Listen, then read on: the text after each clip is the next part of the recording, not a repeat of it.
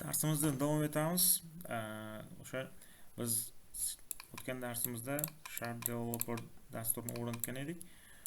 C Sharpda Visual Studio bilan ishlagan ma'qulroq, faqat yengilroq o'rnatilishi va ishlashi osonroq, soddaroq bo'lgani uchun Sharp Developerdan hozircha foydalanyapmiz. Xo'sh, darsimizni boshlaymiz. Dastlab o'sha dastlabki kodlar bilan tanishamiz. Ko'rib turganingizdek, Sharp Developing ko'rinishi shunaqa. Men New Solution tanlayman, shunchaki yangi proyekt ochish uchun, demak yangi fayl, yangi dastur tushirish uchun console application, demak console o'yinida ishlaymiz. Va proyektimizga nom berishimiz kerak. Men begin deb nom berib qo'ya qolaman. Bizga yangi proyekt ochildi, buning papkasi bor. O'sha papkaning ichida mana program class turibdi bitta. Bizning mana bu yozuvlar esa bizga tayyor holatda bor.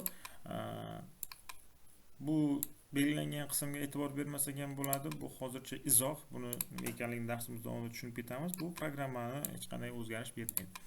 Xo'sh, bizda bitta class bor, program class va main metodimiz bor.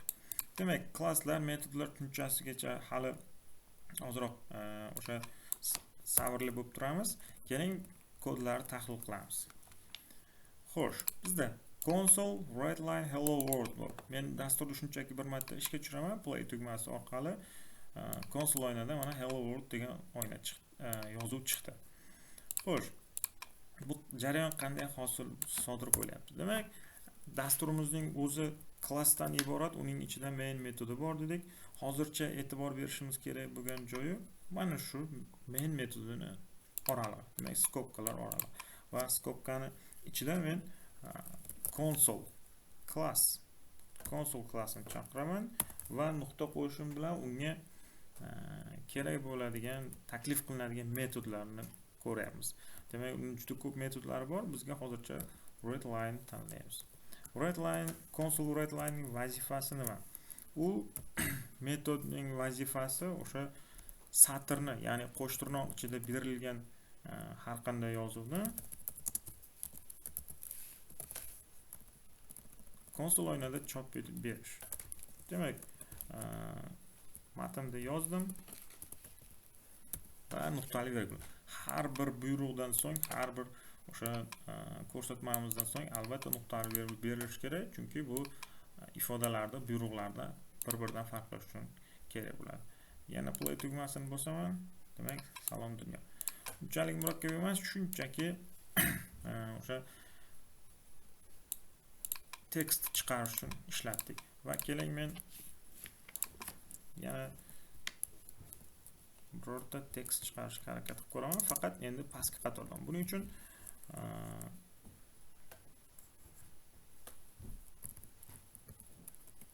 qaytadan yana console va writeLine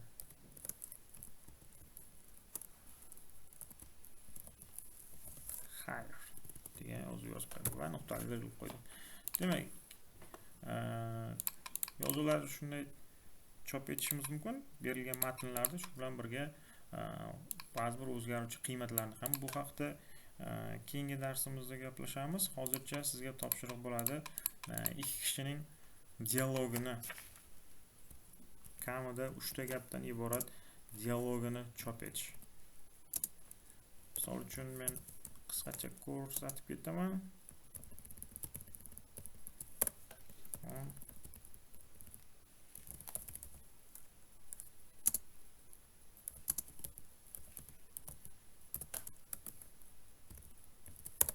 Va shu zaylda davom etish kerak dialog. Buni menimcha unchalik qiyin emas. Hozircha shu.